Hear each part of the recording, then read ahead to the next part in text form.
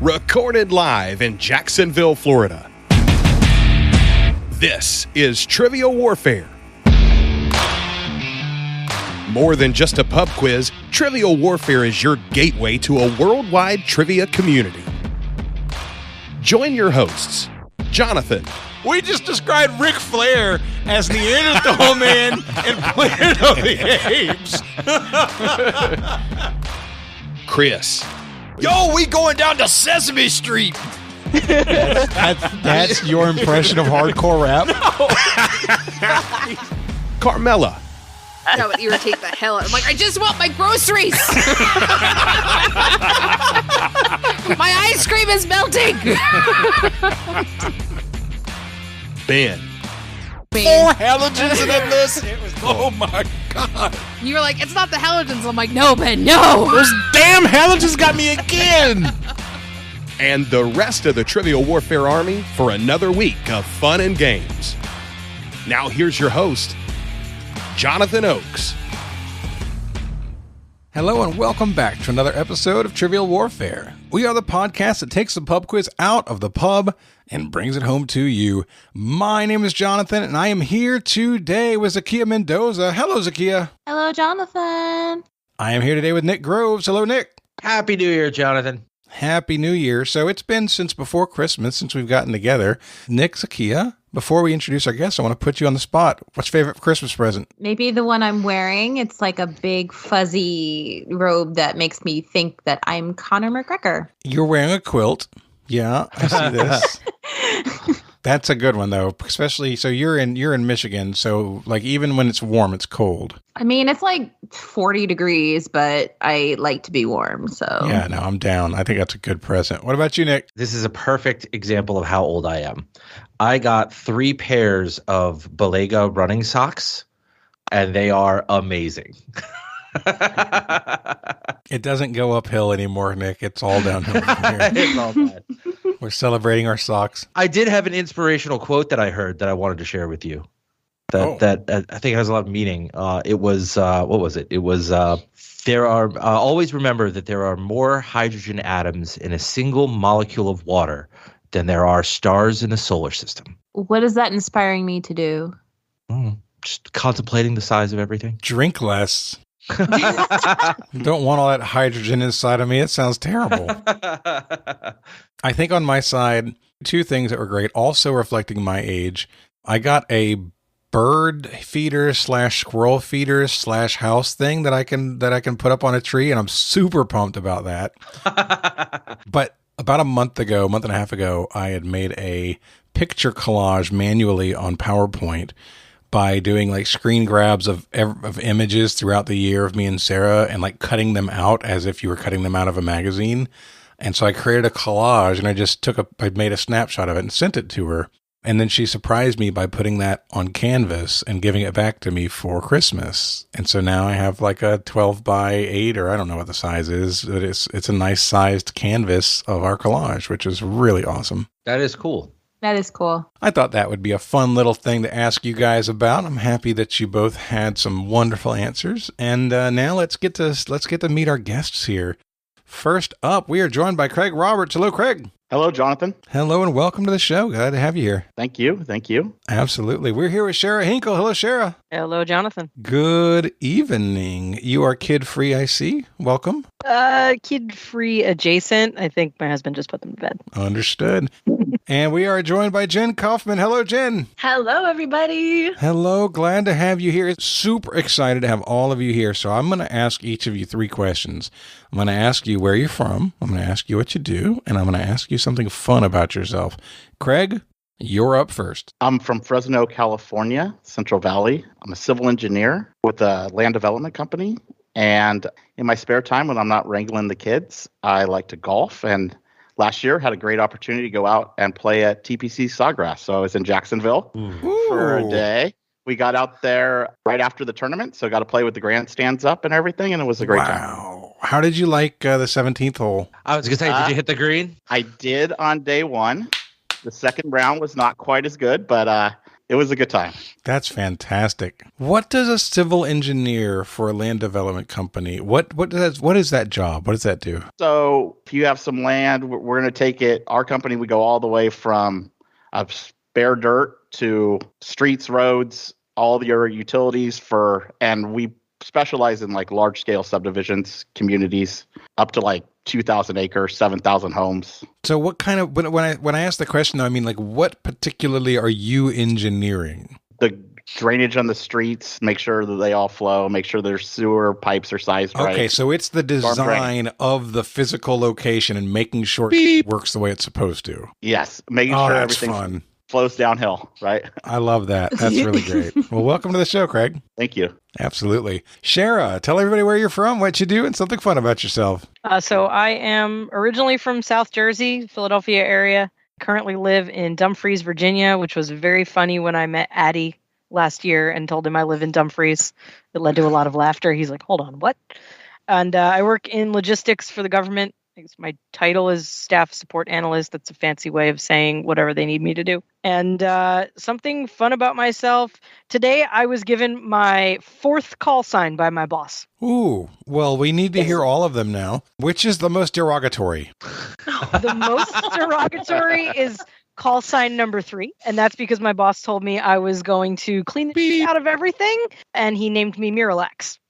That's the one I'm not a fan of. All right, Miralax number 3. Yep. My most commonly used is Shinkle. That's because he usually chokes on trying to say my name, so he just calls me Shinkle. And he tells everyone else to call me that. They think it bothers me. I'm very used to it.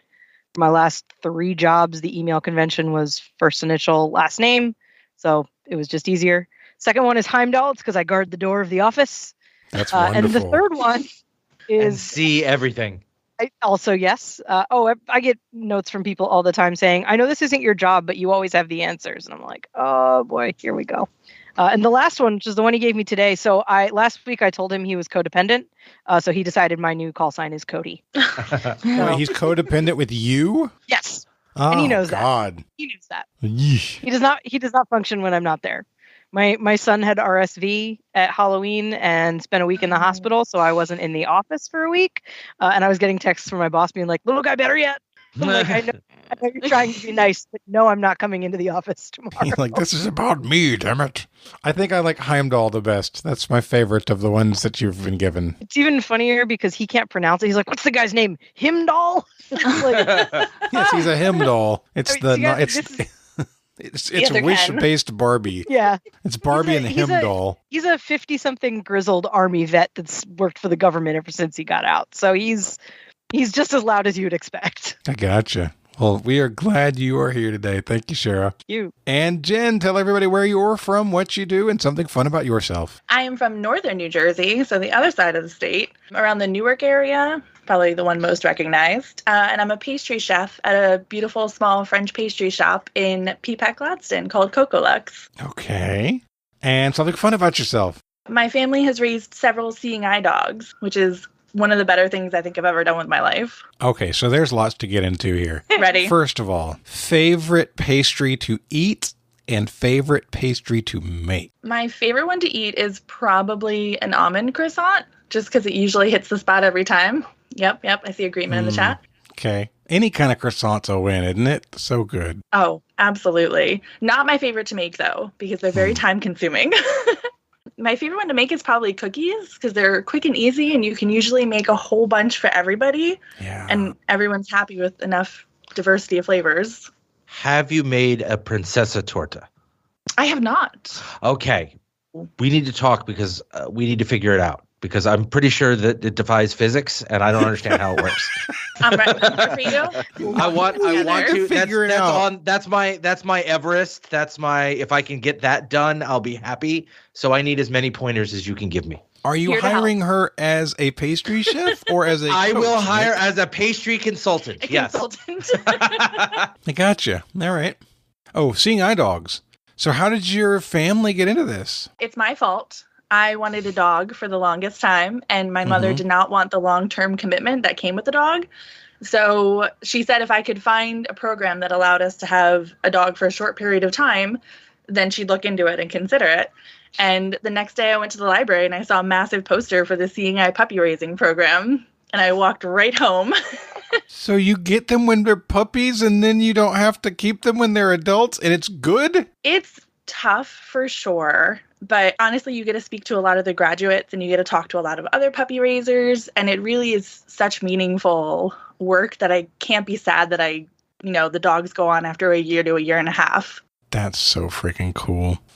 All right, y'all. Let's get this thing started. It's time for Warm It Up, Chris. It's time to warm it up on Trivial Warfare today. And there's only one person who can warm it up for the TWA, and that's Chris. And sometimes Jonathan. Oh, shoot, that's me. That's you, man. Hold on. Oh, my God. All right. I definitely have a Warm It Up, Chris, ready to go. So I saw a graphic, and I thought it was a fun graphic. It may be slightly out of date, but I'm still going to go with it anyway. The graphic was entitled, and I will give you the actual title here. This is the most common U.S. street names in the United States. This is as of the 1993 Census Bureau report. So it is slightly out of date, but I'm betting it hasn't changed too much in that period of time.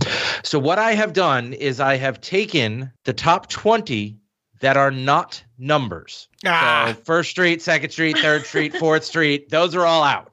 And I'm going to go around the room and I want each of you to tell me what is the most common street name in the United States that isn't a number. And we're going to start at the top with Jonathan. Jonathan, you are up first. I'm going to do the super shady thing and take the most obvious one that everybody would guess and say Main Street. Main Street is on the list. It's number 2 on our list. It is number 7 overall. I think I know what number 1 was, but I wanted to take the super for sure answer. Sure. All right, Craig. Main Street was obviously the one. But, let's go with water. Water is not on the list. Oh, no. Shockingly enough, not inside. And by the way, so the list of, I have 20 answers here in front of me. The 20 answers I have, shockingly, are all in the top 30 because I eliminated First Street and Second Street and Third Street up to 10th Street. So water is not in the top 30 overall. So no points there. Jen, you are up. Maple? Maple. Yep. Number 5 on our list, number 12 overall. And I'm going to give up where we are on our list here shortly because it's hard. Zahkia. I was also going to go the tree route and say Elm. Elm Street is number 15 overall on the list. Good job, Zahkia. Mm-hmm. Shara. Another tree? Walnut? Walnut Street is number 21 on the list. So that is correct. Good work. Wow, a lot of tree named streets. Yeah. Jonathan, back to you at the top. I'm going with MLK, Martin Luther King Jr. Martin Luther King Jr. Boulevard is not on the list. Get out of here. Nope. Get out of here. Every single town has an MLK. Only in the hoods, Jonathan. That's not true. Every city has a hood. No. No, come on. I thought I've done this question before, and that was literally number 1. I'm very surprised. Yep, it is not number 1. You know MLK stands for Martin Luther King Jr., right, Yes, Nick? I know what MLK stands for. All right, just checking. Yeah, I'm looking at the list. It's not in the top. This list is the top 75, and it's not in the top 75. I'm stunned. No points for question Jonathan. your sources. I gave you what the source was. You can feel free to vet it yourself. Craig. What was the source? I think I'll follow the tree logic and go with oak. Oak is correct. Very good job, Jonathan. There was no way for you to think of that one. I mean, I have it on my list, but I thought that the one I answered was the best answer. Yeah, no. I mean, technically, the most common street name in the United States is 2nd Street, right? Then 3rd Street, then 1st Street, and then 4th Street, believe it or not. Because most first streets are main streets, so you eliminate the firsts that are mains. Exactly. Jen. Pine Street. Pine is number 11 overall. Sticking with the tree route. It's a good thought. Zahkia.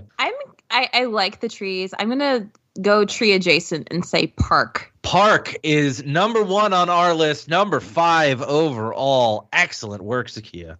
Thank you. Shara. So I'm torn between two. Let's go to something I would burst into flames if I walked into. Church. Church Street. Number 27 overall on the list. Good work. Back to the top, Jonathan. I'm going to take another stab at a person name and say Washington. Washington, number 17 overall on the list. Good work. Next up is Craig. Y'all are killing it, by the way. You've only gotten 2 wrong in 11. Let's see. Let's go with Cherry. Cherry is not on the list. I jinxed you. Jen. Maybe Apple? Apple is not on the list. Uh-oh. We are falling off. Zahkia. Did we say forest? We did not say forest. Do you want to say forest? I want to say forest. Forest is not on the list. Okay, fine. It's falling apart. You all are supposed to get getting better and warmed up, not worse. Shara. I feel like there's one of these in every college town. High Street, not on the list. We're lucky I got the first one right because y'all really tanked it on that one. It's because Nick said you guys are doing so well. Right, yeah. Oh my God. You. What happens when I'm encouraging? I'll stop doing that, I promise. Jonathan, goodness. Back to you. They've been zigging, so I'm going to keep zagging. I'm going to say Roosevelt. Roosevelt, not on the list. That's a shame. This is in a row. That's a shame. We got 2 presidents and an even better first lady, and not a single Roosevelt. Man, come on. Yeah, again, not in the top. Is Roosevelt there? Oh, Roosevelt. Yes, Roosevelt. Yes, of course. Roosevelt, not in the top 75. Craig. You're not in the top 75. It's the last time through, by the way. I'm debating here between 2 presidents, but I think we'll go with a president that's also a tree. Bush. Bush, not on the list. There weren't too many people rushing out to rename their streets after W, guys. He got the president angle and the tree angle. He thought he could double up. I get it. That's 6 in a row the wrong way. Jen, put us back on track, please. All right, I'm going to shy away from trees, but go floral. How about rose? Rose is not on the list. Oh, no. Sorry, guys. Oh, okay. Zahkia. Okay, Nick, come with me on a journey. Please. So I had an idea that I wrote down, and then I remembered, Nick is hosting. Is one of them Grove? Grove is a great answer. It is not on the list. I feel good. Good. It's a solid. You know what's funny is I just typed in the answer that you gave, and I typed in Groves because that's what I type in. You're right. All right. Shara, we've missed 8 in a row. Please get us the last one here before we open it up. Boy, so do I go president or do I go? We've done Washington and we attempted Roosevelt. Do you have any other presidents? We have had a bunch of other Lincoln or presidents. Jackson seem likely. There's been 43 other presidents, give or take. I'm gonna smack you. I meant ones that are guessed. Oh. You're lucky I live 45 minutes away from you, but I'm a lot closer than other people, sir. She's waiting outside of his door in the morning. Hey. She leaves now. She'll be here by the midpoint. Yeah, probably. I'm just gonna show up.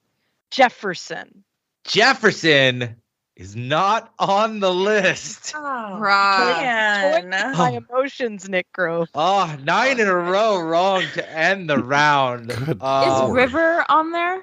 River's not on the Riverside list. or Ocean. Is Hill on there? Because that's the other one. Hill is number 20 on the list. Yep. What did we Hill is miss? number What's 20. not? I'm still stunned about MLK. That's crazy. There is another president. Lincoln is the president on the list. Cedar is number 13 overall. View is number 16 overall. Lake and Hill are 19 and 20. Yeah, that's the same logic as River and Ocean. Mm-hmm. North is number 23. Spring is number 24. Then you've got Ridge, Lincoln, you got Church, and then more trees, Willow, Mill, and Sunset round out the top 20. So South wasn't in the top? South is not in the top 20. That's funny because I feel like I've seen more South streets than North streets. Yeah, West is actually ahead of South. Huh. Yeah. Well, you know. Jackson is number 33 as far as presidents go. Yeah. Yeah, South is number 36, so. That was unexpected. Was it unexpected for y'all? It was super unexpected for me that the number of trees would be on that list. That high on the list, yeah. It's incredible. get it though, because everyone's got trees. Right. Yeah. And it is still it is that prevalent the whole way through the list. Like you get down toward the bottom and it's birch and locust and poplar and ash, right? It's just the trees keep going and going. I will complain just a little bit because I am from a city whose naming convention for the streets is literally number, mile. So Right. This is hard. Yeah, no, I get it. And I took away all your numbers. You had no shot at the numbers. So I get it. Shara didn't want any math, so I took away all the numbers. I'll save them for later. Unbelievable. All right. Well, that is your Warm It Up, Chris, for the episode. Thank you, Mr. Groves. You are welcome. This is episode 460. That means we are on the main feed. Want to say a huge thank you to everybody listening. We love you guys. If you love us back and you want to support us and get more Trivial Warfare, you can do that. Just go to trivialwarfarearmy.com and sign up as a sergeant or higher in the TWA. And you will get access to our full backlog of episodes. So you've missed a lot. Now's the time to catch up. We are ready for today's show. It's going to be Craig and Zahkia versus Jen, Shara, and Jonathan. Nick is hosting, and it's time to play the game. Players. Oh, yeah. Y'all know what time it is. This is Mr. Literature himself, cordially inviting you to the game. This is 6 rounds of trivia goodness. 3 questions per round. Every right answer gets you 10 points. In the middle, we'll take a pause for the cause and ask a midpoint question worth up to 20 juicy points. After round 6, you can wager any or all those points you've been building up and take a shot at the final round. It's a series of theme-based questions we call the Gauntlet. It's just that easy, baby. But this game ain't gonna play itself, players. Let's get it on. Round 1, question number 1, starting out the gate hot with the category of music. Grand Vowels is a piece of classical music composed by Francisco Targa in 1902. While it was moderately successful in its time, it reached the peak of its popularity in 2008, where it was played an estimated 1.8 billion times a day after being used by which company? Paste that, please. Yep. And then tell me what the hell you're talking about. There's a piece of music. You know it extremely well. You've heard it a lot because you were alive in 2008. And I want to know which company. Oh, were you not alive in 2008? I don't know. I truly don't think so. After that point, they were not big enough. Okay. Like by that year, that was not that wasn't even number 2. That's fine. That's just kind of my thought because I know. Yeah, I think you're in the right ballpark though. I think we're in the playground. I think I can hear it in my head. I'm just trying to place. Yeah. Minute and a half left. Yeah. Do y'all want to lock in the one that we have? I feel like just from a time-based thing, I feel that needs to be the answer. Sure. I agree. Yep. All right, we'll lock in. All right, they're locked in, which means Zahkia and Craig, you can talk out loud. Yeah, so I think we were pretty much ready to lock in ourselves. It was just a debate over what cellular phone company we were going to go with. Ooh, that's a good thought. Well, 2008 made us believe that, that's iPhone's just coming out, but it said it was the peak of popularity. So I would assume if it was related to that, an iPhone or an Apple product, it would probably be more popular now. Yeah. So that led us back to what was a popular phone at the time, and I think we're gonna lock in with Nokia. Yeah. Nokia would be the da da da da da da da da da da da. Hopefully that is Grand Vowels. Okay. All right, they're locked in with Nokia. Shara, Jen, and Jonathan, what did you say? So that's what I was hearing in my head, and I thought it was Nokia, but I could not place it correctly. That's the tune I was humming to myself, but I also was hearing it in a movie long before 2008. So I was like, I don't know if somebody else was using it or if I was mishearing it, but that was my initial thought was Nokia. But I also couldn't pin it down.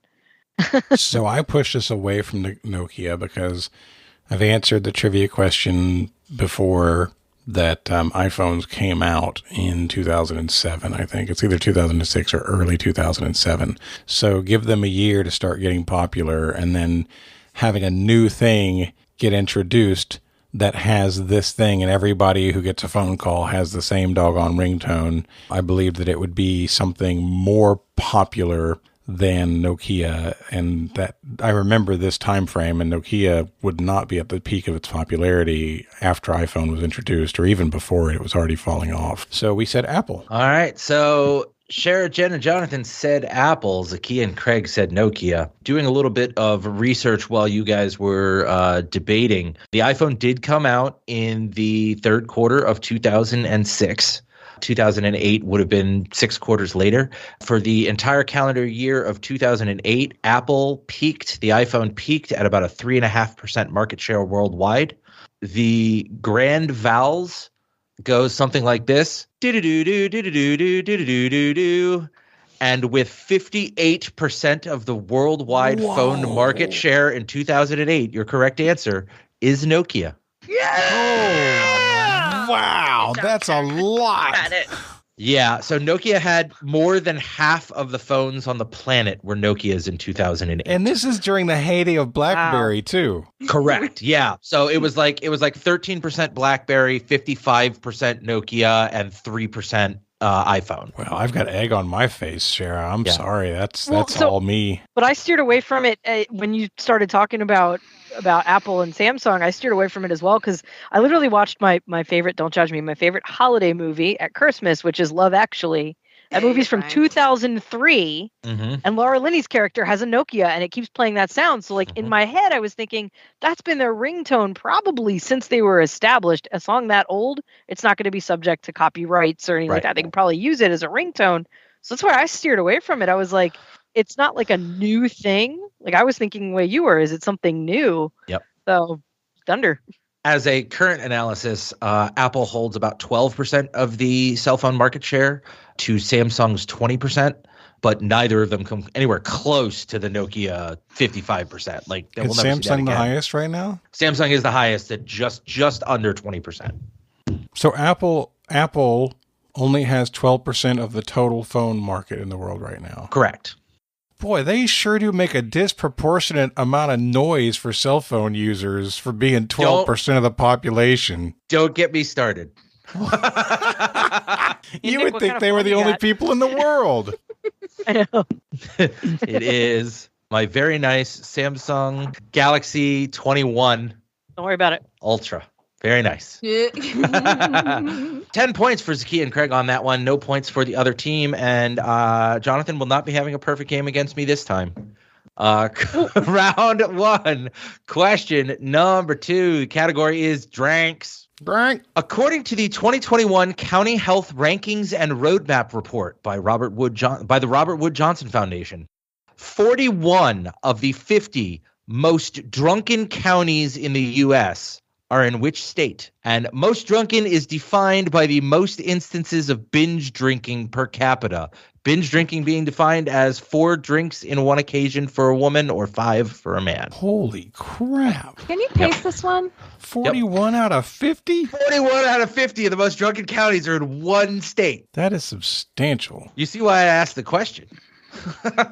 What was the definition for most drunken counties again? I apologize. It's the most instances of binge drinking per capita. Okay. Nick, is the stat based on percentage of drunkenness per number of people, or is it straight volume? It is percentage of drunken. It's per capita. So it's per 1 capita, out of every 5 people that are in these counties have instances of binge drinking per. Yeah. That way, so if we're not looking for, this state is just so big, it has way more drunken people. No. It's 20% of the population are full-blown alcoholics. Okay, so if we lived in it, would we want to drink ourselves into a stupor? Is really what that's essentially the question. Yes, that's how you can break Alaska.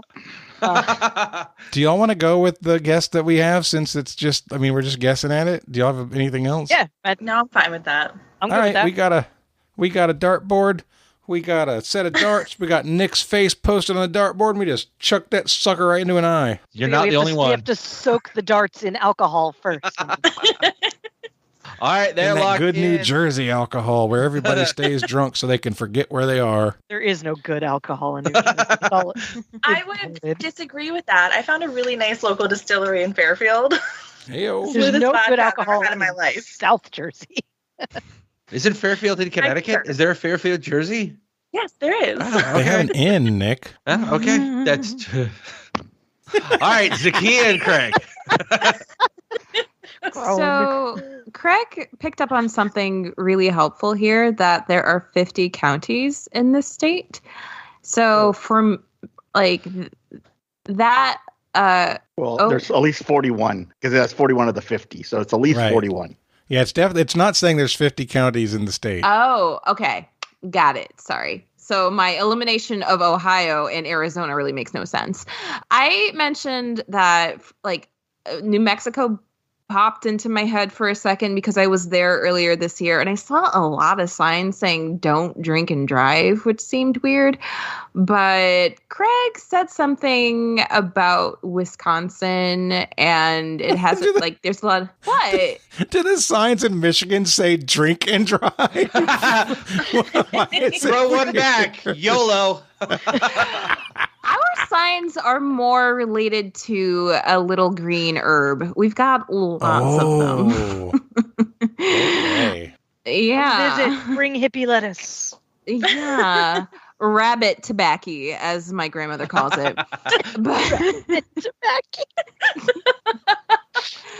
I like the idea of Wisconsin because there is a strong association with Wisconsin and beer. So, Greg, if you want to lock it in, I am okay with that. Yeah, I think we should go with it. I figure ice fishing that could account for it right there. So it's like 15% of it. I just did it on itself, right? Yeah, you sit over a hole, drink some beer. So we got this. Well, like what? Okay, so Wisconsin beer, Colorado also has a lot of beer, and Missouri. Are we like out of those? Do we still feel like Wisconsin is better than those two, or? I think so. Those have outdoor activities in the winter. I think we're just banking on staying inside and drinking all winter. Okay, cool. All right, they are going to lock in with Wisconsin. Jen, Jonathan, and Shara, what did you say? We didn't have a terribly wonderful starting point. And then I think it was Shara who said, okay, well, let's just think of miserable places where literally all you want to do is drink. And we're like, okay, so Wisconsin, right? Oh, it was Jen who said that? I'm sorry. Jen said somewhere colder. Somewhere colder. Somewhere cold. And I was like, okay, Wisconsin, right? Because they don't have like the super fun, cool stuff that Minnesota has. And it doesn't seem like there's enough people to even have a per capita for the Dakotas or Montana. Yeah, we ended up going, and I'm just teasing about Wisconsin. It's actually super great, cool state. But lots of craft breweries, I think. And in non-craft breweries, too. We said Wisconsin. What? Okay. All right. The other thing I was saying, and maybe Colorado is the other thought, too. Yeah. So a couple of fun things here.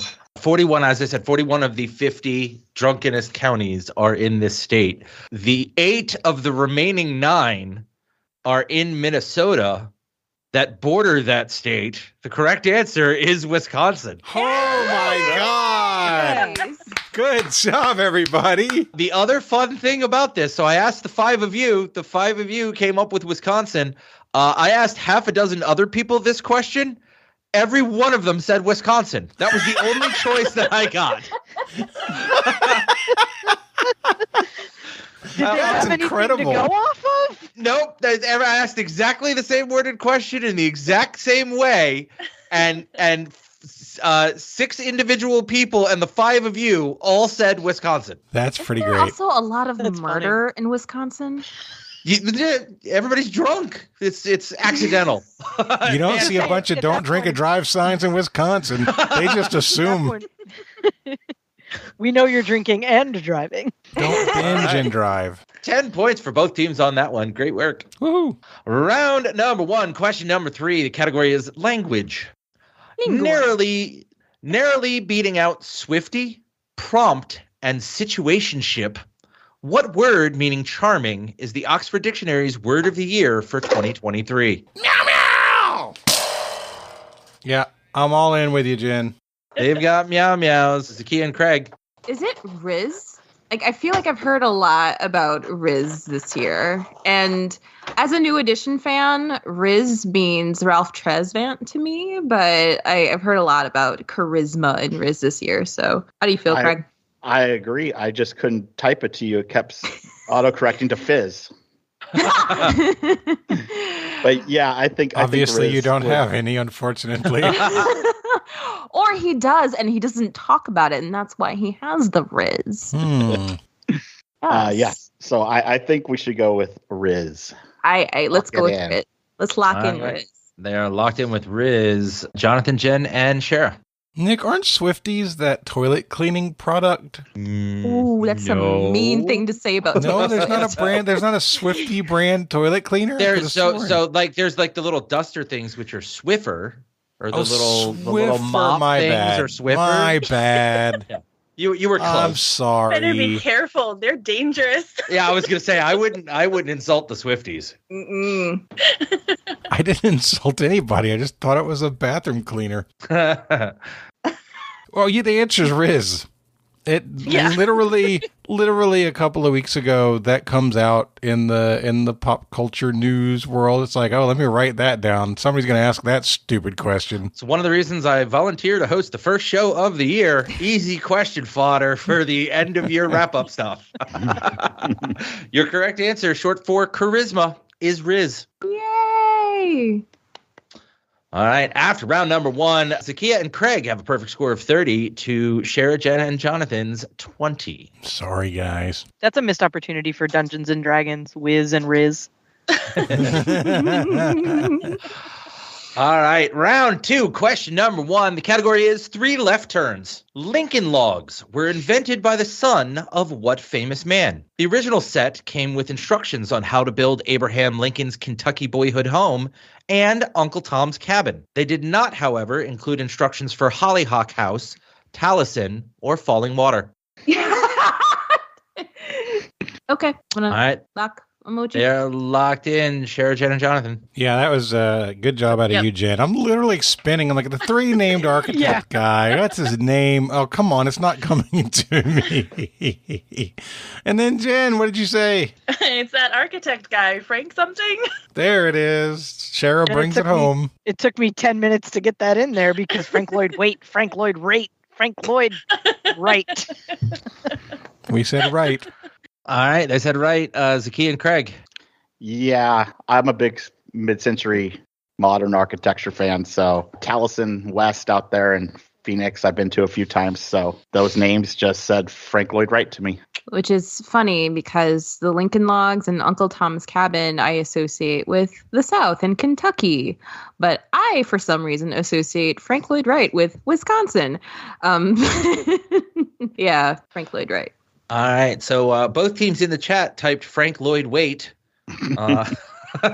Your correct answer, Lincoln Logs were invented by the son of Frank Lloyd Wright. Good work. Good job. Yep. I think that might be my favorite category, too. 3 left turns. I don't get it. No? Right. 3 left turns is a right.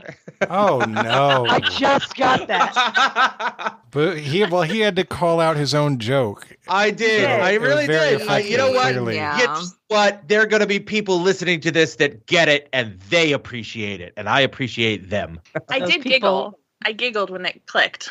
Yep. I got you. Round 2, question number 2. Category is movies. Which 7-foot 6-inch tall walking carpet was played on screen by Peter Mayhew and Junice Suntamo? Oh. Shara brought a train with her. We Yeah. They can got walk in. the toot toots. Okay, so I think his name is Jonas Swatamo, and the only reason I know it is because there's a Wired interview with him and Amelia Clark, and he's talking about how she's so small and he's so big, and he had just played Chewbacca. And you said Chewbacca in the chat, so I like it. Yeah, sounds All right. like a walking carpet to me. So Shara, Jen, and Jonathan. I started typing after you said the words walking carpet. 100% Chewbacca. All right, both teams said Chewbacca. Both teams are correct. Chewbacca is your right answer. Yay! All right. So has anybody seen the Christmas special? It's awful, but have you seen the going back to Chewbacca's home? No. No? No. Okay. It always bothered me that his family wore clothes. He was the only one that was walking around without clothes. The family wore clothes. Does that mean just he's walking around naked all the time for all the movies? I mean, yeah. Okay. Yeah. Free love, dude. 70s. Yeah, that's fine. I'm not judging. I just think it's odd. Don't yuck his yum. He's letting it all hang out. It's 2024. We're not judging anymore. This is a nudist spaceship, obviously. Round 2, question number 3. Your category is music. Kind of. Music, movies. Anyway. Music. I like Movic. The 2014 Ariana Grande video, Break Free, is an homage to campy science fiction of the late 1900s. Name either of the 2 movies that are alluded to in the video. The first via a zero-gravity undressing scene, and the second by the main antagonist of the video, a man that looks a lot like Ming the Merciless. For 2 bonus points, name both. All right, guys, y'all want to go ahead and lock in? Yeah, so your answer. I'm confident in the first piece of it. Okay, and then the other one for the... Yeah, the other one's just a guess for the bonus. All right, if they are locked in, that means Zahkia and Craig, you got a minute and a half to talk out loud. Well, we don't have very much to talk about. Craig, do you want to update everyone on our chat? I was bringing the bag of nothing, and Zahkia was throwing some ideas out. So I think Barbarella, we think, might have something. We're not sure what scene it is, but we think that might work for the music video. Having not seen the video or the sci-fi, I think we were struggling a bit. But then, so if we're going with that for our main answer, do we have a guess for the bonus? I literally have nothing. I am cool with Buck Rogers, or as you suggested, or Attack of the Killer Tomatoes. I don't even know that counts as sci-fi. It's a documentary. I don't think we have many strings to find the answer. So I think we should just lock in with Barbarella for the main answer and Buck Rogers for the bonus. Cool. All right. Barbarella and Buck Rogers are their answers. Jen, Shara, and Jonathan. I'm smirking just because it just hit me as I'm trying to think of movies set in space with sex scenes. And it just hit me how good the name Space Jam would be for an adult feature. Oh my God. We've all gained a little insight into Jonathan's mind. So luckily there was a clue here that we did have. Ming the Merciless is the villain in the movie Flash Gordon that Queen did all the music for. So every time Flash appears on screen, you hear Flash. Yes, okay. So we said Flash Gordon for the first answer, and just straight guessing for the second. We're looking for campy stuff that went to space. We went with The Fifth Element. Could not be happier with how this turned out. One team said Flash Gordon and The Fifth Element. The other team said Barbarella and Buck Rogers. Ming the Merciless is the villain from the Flash Gordon movies. Flash Gordon is correct. The other movie that was referenced via the zero-gravity undressing scene is Barbarella. Both teams get nice job. And nothing for the bonus brigade. They get nothing.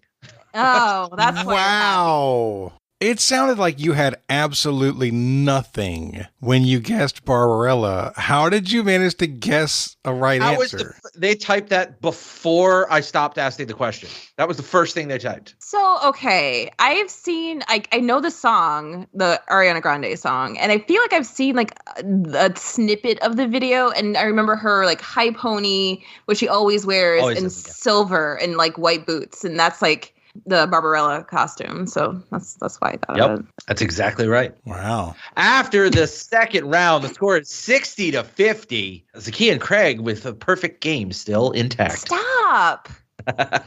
It's so perfect. Round 3, question number 1. Your category is Sasanian Queens. Sasanian Queen. How we sharing the same dream. Possibly the most well-known narrator of folktales, who told stories including historical tales, love stories, tragedies, comedies, poems, burlesques, and various forms of erotica. I do not know if any of them were called Space Jam. Many of the stories depicted jinn, ghouls, ape people, sorcerers, magicians, and legendary places. And common protagonists included the historical Abbasid Caliph Harun al-Rashid and his Grand Vizier Jafar and the famous poet Abu Nuwas, despite the fact that these figures lived some 200 years after the fall of the Sassanid Empire. We're looking for the name of the narrator. Would you like to lock in, Craig? Yeah, let's do it. All right. All right. Lock. Instant lock in for the team of Zahkia and Craig. Jonathan, Jen, and Shara, what do you have to say? So, Jen, what are you thinking? I said Scheherazade, although I don't think I spelled it correctly in our chat. There's some kind of weird C in there. You know, you got the gist of it. She's just one of the more famous storytellers I can think of because she kept her head for a long time. Like the 1001 Arabian Nights referred to 1001 stories, right? I believe so, yeah. Yeah. And and that would fit with the... It seems to fit all of it. Yeah, it would fit with the Grand Vizier, and I'm good with Scheherazade. I'm like it. I think we do Scheherazade. All right, they are locked in with Scheherazade. Zahkia and Craig. Well, Alibaba had 40 thieves. Scheherazade had 5,000 tales. Yeah, I also don't think I spelled this correctly in the Chatteroonie, but the second time it didn't autocorrect. So yeah, we said Scheherazade. Both teams said Scheherazade. 1001 Tales takes an awful lot of topics to cover, which I listed many of them for you. Your correct answer is Scheherazade. Woo! Round 3, question number 2. Your category is I was told there would be no math. Okay. Comprised of 10 Excuse me, cohorts. I was muted. You couldn't hear my boo. On the math. I was told there would be math. I specifically asked. Yep. I'm not saying I didn't expect it. I'm just booing it. Comprised of 10 cohorts, each containing 6 centuria. How many soldiers are in a Roman legion? 3 miles long, no doubt. All you gotta do is and I'll say, Mr. Aladdin, shut up! What will your pleasure be? Let me take your order, jot it down. You ain't never had a friend like me. All right.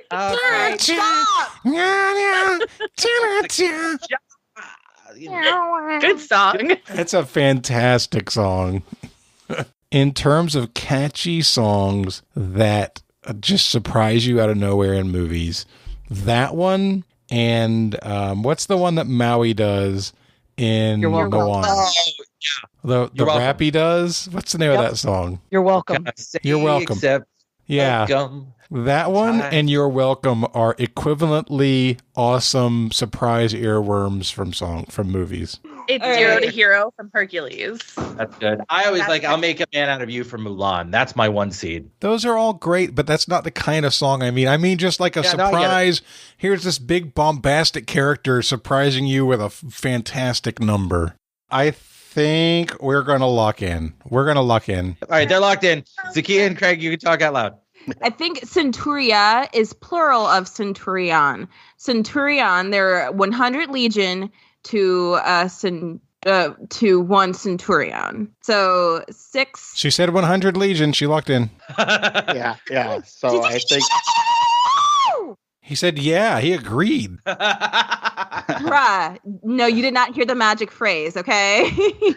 Phrase All right. pays. So 6 centuria would mean 600 legion. So 10 cohorts of that would be 600 times 10. 6,000. 6,000. Yes. I agree. Let's say 6,000. All right, they're locked in with 6,000. Jen, Shara, and Jonathan. We agreed. 600 The math was 100 times 6. I'm sorry, 100 times 10 times 6. So we said 6,000. Both teams said 6,000. The number of soldiers in a Roman legion is 6,000. Good work. Yay! Math. Now, getting far away from that hated topic. Round 3, question number 3. Your category is, I was told there'd be no geometry. Oh, frickers. Wow, Zahkia, you almost swore. I don't like geometry. I mean, I don't like any of the hard sciences, so you're better off than me. Wait, does it have you bent out of shape? Hard Oh. Hard science is also a good porn name. Time is going. Yeah. Space Jam, Hard Science. Yeah. We need a third for a trilogy. Right. All right. A pentagon is a 5-sided polygon. I think a third makes it a 3-way. A pentagon is a 5-sided polygon. A third is a triangle. A pentagon is a 5-sided polygon. A hexagon is a 6-sided polygon. What is an 11-sided polygon called? If you were going to say sexagon, I would never stop laughing. Sexagon, by the way, lead character of Hard Science, the movie. and is a robot. Sexagon, the sex robot. All right. Okay. And by the way, I will give you this warning. Do not mix your languages on prefixes and suffixes. I am looking for one language. You said, oh, just to put that answer in? It made me laugh. I was, you know what? Home run, Jen. Excellent work. Thank you. I'll be here all night. Okay, I think we'll lock it in. All right, they are locked in. That means the group of 3 can talk it out. All right. So 7 is a septagon, 8 is an octagon, 9 is a nonagon, 10 is a decagon. What the beep is 11? No one liked my 11agon joke except for I liked it. except for Nick. The thing is, I've heard it referred to as that, but Nick is saying not to mix languages, meaning he's looking for specifically the Greek version, because hexagon and pentagon are based on the Greek. So technically 11gon is right, but not after Nick's clarification, which is annoying, because I've heard that before. Like, they're sometimes called that. Yeah. And 10 out of 10 joke, Jen. No notes. It's 2-dimensional, not 3, so it's not like decahedron or dodecahedron, which would be the 3-dimensional versions, which is 12 is dodeca. Right, but I think it might follow the same convention. Like undeca or something like that? Maybe, because like an dodecagon? That's like dodecagon could be a 12-sided 2-dimensional shape. Right. Maybe an undecagon. Is that Greek? Hell if I know. I'm making up sounds. That's like, because that sounds like it might be based in Latin, although I don't. Oh, Nick is giving us. Nick and Zahkia are teaming up for the evil Jedi look. I barely speak English correctly, so I'm the worst person to be offering up opinions here. What do you think, Jen? Undecagon? Just add a un and make it one plus decagon? I mean, it works. I have no thunder. I got nothing. I was telling you it. I got all the way up to decagon and then blank. Absolutely nothing. Cool. And it sounds like undecagon is the farthest we're going to get. All right, we're going to guess undecagon. Undecagon for the team of 3. Zahkia and Craig, what did you say? Wow. So this is we were doing the same thing, counting up from 5, 6, hexagon, heptagon, decagon. What's 11? Dodecagon. You're like, okay. It's almost like Nick knew that everybody knew the first 12, except for this one. Yeah. But as an engineer, I had to take a lot of math that I don't have to use that much. And I had somewhere back in my head, I had hendecagon, also undecagon. But I don't know. I'm thinking the un is from the Romans, so we went with hendecagon. So the team of Craig and Zahkia said hendecagon. The team of 3 said undecagon. Your Latin numbers, un, duo, tre, is the Latin. Undecagon is the Latin word for 11. I was looking for the Greek, which since agon is Greek, that keeps the Greek all together rather than mixing it say the that Latin in the question? with the Greek. I literally said it after I read the question. Not in the written question. No, but I said it. I said it twice. You said Greek? That's the way it is. I said I wanted to keep with the one language all the way through, is what I said. In Greek, enadiotria, your correct answer is hendecagon. Hendecagon. But they're both agons? They are, well, so undecagon is Latin mixed with Greek. It is a acceptable answer, but not with the But that's not my point. Hexa, hepta. You never told us specifically you wanted Greek, so how, using the words provided, were we able to determine it was Greek? The agon is Greek. You but mixed it's also Latin, right? I said one. No, it's not. It's just Greek. It's one language. Greek and Greek. You mixed your prefixes and suffixes between two different languages. What's the word for 10-sided in Latin? I have no idea. Okay. Because if undecagon is Latin, then it has agon in Latin. That's why I'm asking. Because I wanted you to tell us what language, and you didn't. You just said keep it the same. Greek is agon. I cannot find what does agon mean in Latin? Contest. Agon means contest in Latin. No, but what's the word for a 10-sided shape in Latin is what I'm asking. So I'm looking it up right now. Decagon. What's the name for a 5-sided shape in Latin? A 5-sided shape in Latin? Because that's the only clue we were given to figure out the language was 5-sided polygon named a pentagon. Polygon is correct. But yeah, what I asked was one language. No, is it fine, pentagon? Fine, I'll give you credit. I don't care. Because you never said Greek, Nick. Sure, I tried to qualify it to get to hendecagon instead of unidecagon. I messed it up. Therefore, everybody gets credit. Hooray. I'm sorry, but truly, I did want you to say the language and you did not. And I'm like, okay, I don't know what language you want. I honestly, I don't remember you asking that question. So we both don't remember. I asked you specifically, the reason I asked you to repeat and paste the question was to get the language. Mm-hmm. And you only said, pay attention to the language. Right. I didn't want to mix prefixes and suffixes. Whatever. It's fine. 90-80 after round number 3. Both teams are doing incredibly well. Your midpoint is in the category of sports. Wiener dogs.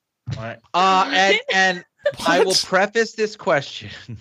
I guess you can race wiener dogs. I'd go to that. I'd go to I couldn't ride a wiener dog. Wiener dogs. I will preface this question. I will do something that we have not, I don't believe, ever done on the show. I will give you all an option. I will give you 2 minutes.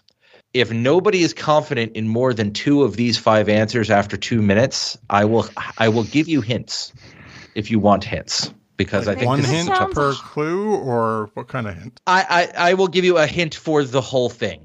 Let me ask the question, and then I will go from there. All right. Sounds hard. It's kind of hard. It's kind of hard. There are 5 quarterbacks in NFL history that have thrown for over 100 touchdowns with 2 different teams for 4 points apiece. Name them. Oh, come on, brain. Turn the F on. Is that a quote from Space Jam? Which one? Come on, brain, turn the F on. No, I meant which version of Space Jam? Which Space Jam? Both. Jen, you're funny. Thank you. I'm funny and I bake things. It's my skill in life. You do good work. God's work. Oh, that's a good answer, Shara. Yeah. I have no idea how many teams. Okay, cool. Just 2. That's a good answer. Well, 3. No, he did 3, but still a good answer for the first and the other. Probably spent enough time with 2 of them. Yeah. So these 2 are really good. Are you sure about the first one I said? I feel like... What do you mean the first one you said? Oh, I mean, if we need a 5th and you want to toss them in, sure. Okay. But I'm just like, that does not, I don't ever register him there for 5 years. Okay. Because you're talking about that long. Well, we shouldn't say that out loud, so shush.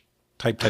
I've been listening to a lot of backlogs lately, and I feel like I heard that name recently, but I don't remember the exact info. I'm not going to fight it if we need an extra. No, you're gonna know way more than I am here. I'm just gonna start naming quarterbacks now. Yeah, I've been saying quarterbacks, saying not this person, not that person. All right, need answers. We're locked in. All right, they're locked in, which means you can give me yours out loud. All right, so we got Kurt Warner, Drew Brees, Tarkenton, Peyton Manning, and we're going to toss Warren Moon in there. And Zahkia and Craig. I got a little brain lock on this, and I think we blew it by not going with Brees. But we went with Peyton Manning, Joe Montana, hoping he was with the Chiefs long enough. No, he might have been. Warner, I didn't think of it. Warren Moon. And then going on, hopefully this was inspired by recent events, that maybe Jim Harbaugh was with the Colts long enough to get to 100 with both them and the Bears. So we went Jim Harbaugh. I don't think Jim Harbaugh got 100 with either of those teams. I mean, it's current events. Nick said he was doing things that happened recently, so hopefully it's fresh on the brain, like fresh. Word of the year. All right, so both teams said Kurt Warner. both teams are correct. With the Rams and the Cardinals, he had more than 100 touchdowns. So good work there. And then he had like 50 with the Giants, probably. He had a bunch with the Giants.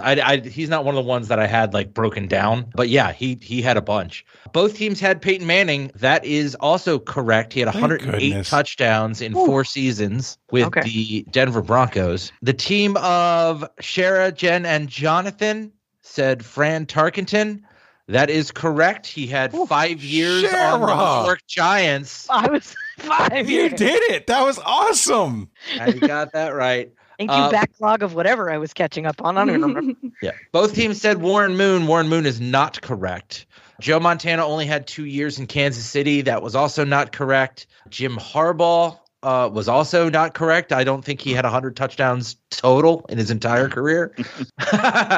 And Drew Brees, believe it or not, Jonathan, only had 80 touchdowns. Drew Brees? Drew Brees only had 80 touchdowns with the Chargers. Get the hell out of here. Yeah. No, when I asked this question to a couple of people, the answer that pissed most people off was when they said Kirk Cousins. Oh. Yeah. They didn't like that. Are you kidding me? Kirk Cousins, also not correct. He has 270 overall touchdowns, 171 with the Vikings, and 99 with Washington. That's messed up. That's messed up. Wow. The other correct answers, Tom Brady had 108 touchdowns with the Bucs in 3 seasons. Really? That was so short of a time. I thought there's no way that he had 100. I thought the same thing. I didn't even think to throw him out there because of that. Yeah, it was 3 seasons. The breakdown was he had 40, 43, and 25 in 3 seasons with the Bucs. Man, those were 2 huge freaking years. Yeah, enormous years. That's when I wasn't watching football. That's a shame. Right. So Tom Brady, Peyton Manning, Kurt Warner, Fran Tarkenton, and the other one is another Bengals-Cardinals quarterback. 100 with the Bengals and 100 with the Cardinals. Any guesses? Cardinals. Andy Dalton. No. Not Andy Dalton. Bengals, Cardinals. So Esiason? Carson Palmer. I was going to say Carson Palmer. I forgot Carson Palmer existed. Oh, he played forever. I just think he did play the forever. Raiders, wasn't he? He was with everybody for a little while. Oh, my Bengals and Cardinals, yeah. The Cardinals had the old veteran QB Paris Wheel going with Warner and Palmer. Dude, and Esiason. the guy honestly just disappears when you're thinking about historical quarterbacks. He just poof in there in your mind. Yeah. He played for 17 seasons. He was in the NFL forever. So, those are your 5. That means 2 right for Zahkia and Craig, 3 right for Shara, Jen, and Jonathan. Comeback starts now. 98-92 after the midpoint. 6 points separates the 2 teams. All right, that's the end of the first half. And before we go on to the second half, I want to let you know that today's show is sponsored by Every Plate. It's 2024. That means it's New Year's resolution time. If one of your resolutions is to eat better or save money while you're eating, Every Plate is the answer for you. Take back your time, take fewer trips to the grocery store, have your meals ready in 6 simple steps. You can save even more time with quick and easy Every Plate recipes, including easy cleanup options for meals that are ready in 30 minutes or less. I think that's my favorite. Whenever I'm preparing an Every Plate meal, I always love the ones that are done so fast because I get in, I get out, I eat good food, and I don't have to work very hard to do it. And you know Every Plate's going to come correct, right? They're going to come with pre-portioned meals. Everything's already planned. Everything is good to go. You get it. You put it together. They tell you how. Easy peasy. And don't forget, you can sizzle your way into the new year with $1 steak for life. You can get a 10-ounce ranch steak to your weekly order for just an extra $1 per box while your subscription's active. Ooh, yum. I love good steak. You know what I mean? It's time to stop stressing over dinner. Use Every Plate. You have lots of different options, different varieties of food. There's 25 tasty and affordable recipes that change each week. Whether you want it to be like breakfast 24/7 or 15-minute meals or feel-good food or even big batches for big guys like me. Now's the time. You can get a meal for $1.49 plus $1 steaks for life by going to everyplate.com/podcast and entering the code 49TWA. Now, you do need an active subscription to qualify and redeem the $1 steak offer, but you can get started with EveryPlate for just $1.49 per meal, plus $1 steaks for life by going to everyplate.com/podcast and entering code 49TWA. Remember, you need your subscription active to redeem your $1 steak offer. All right, let's go on and get started with the second half of today's game. Round 4, question number 1. Your category is movies. Movie. What is the shared given name of 3 different movie characters with the surnames Rogers, Fazbear, and Jones? Their movies, respectively, all made more than $60 million and were released in 2019, 2023, and 2002. All right, we're locking in. All right, they're locked in. Zahkia and Craig, you can talk out loud. Yeah. So my first thought was Barbie because I thought her name was Barbara Rogers, but you said it's Roberts. Maybe it's Barbarella Rogers. I did think maybe Mary Jane. There's Spider-Man. There was a Spider-Man that came out in 2023. Was there? Yeah, there was. And there's one in 2002. There's one in 2019. But I'm not sure of her last name. I was thinking Watson. So Yeah, Fazbear seems like a name we should know, right? Mm-hmm. Yeah. 3 different characters with the surnames Rogers, Fazbear, and Jones. 1 minute left. Not much help right now. I don't think that's right, but I mean, you can say Mary Jane. I just don't think it's right. Let's lock it in. Okay. What are we locking in? Mary Jane. Mary Jane. All right, on Jonathan, Jen, and Shara. Just like a Michigander. You told us What? about your street signs being very Mary Jane centric. So now your answers are too. Ah! I was like, this is not 8 miles.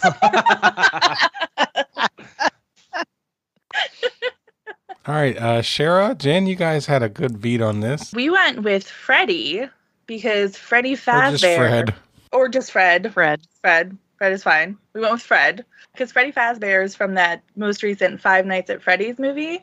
And then Shara pulled Fred Jones from Scooby-Doo. Good movie. I think it was not as appreciated as it should have been. I can't think of Fred Rogers. Fred Rogers Probably was Mr. Rogers. Oh, the Tom makes Hanks a lot of Mr. Rogers sense. movie. Yep. There we go. So yeah, we figured all of them.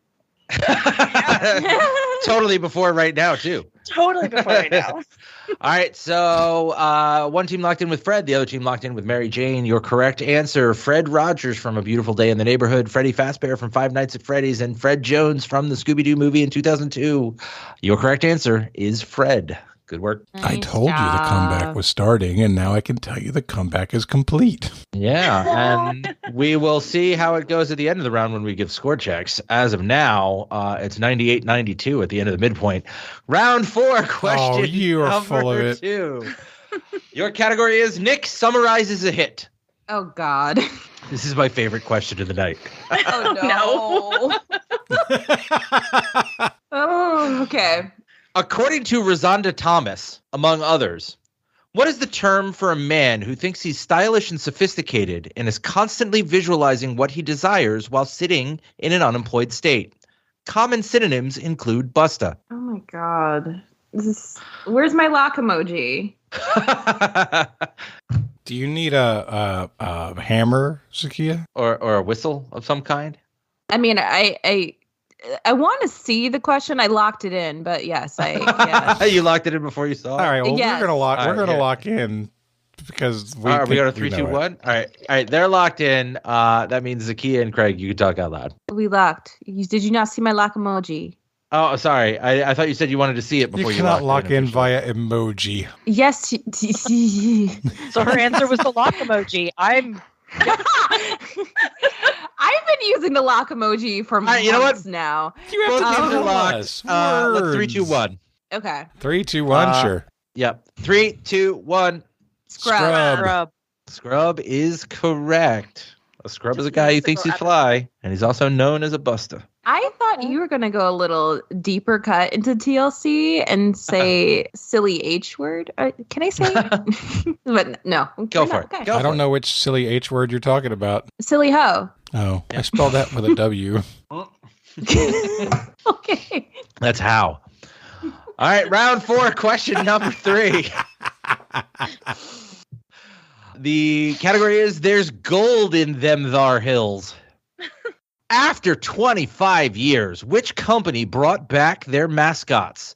Don Bernice, Uptown Mo, Brick, and Darla for a collaboration with artist DJ Kerwin Frost. I didn't follow the question at all. Could you paste that? Yep. Did you say brick like it's spelt?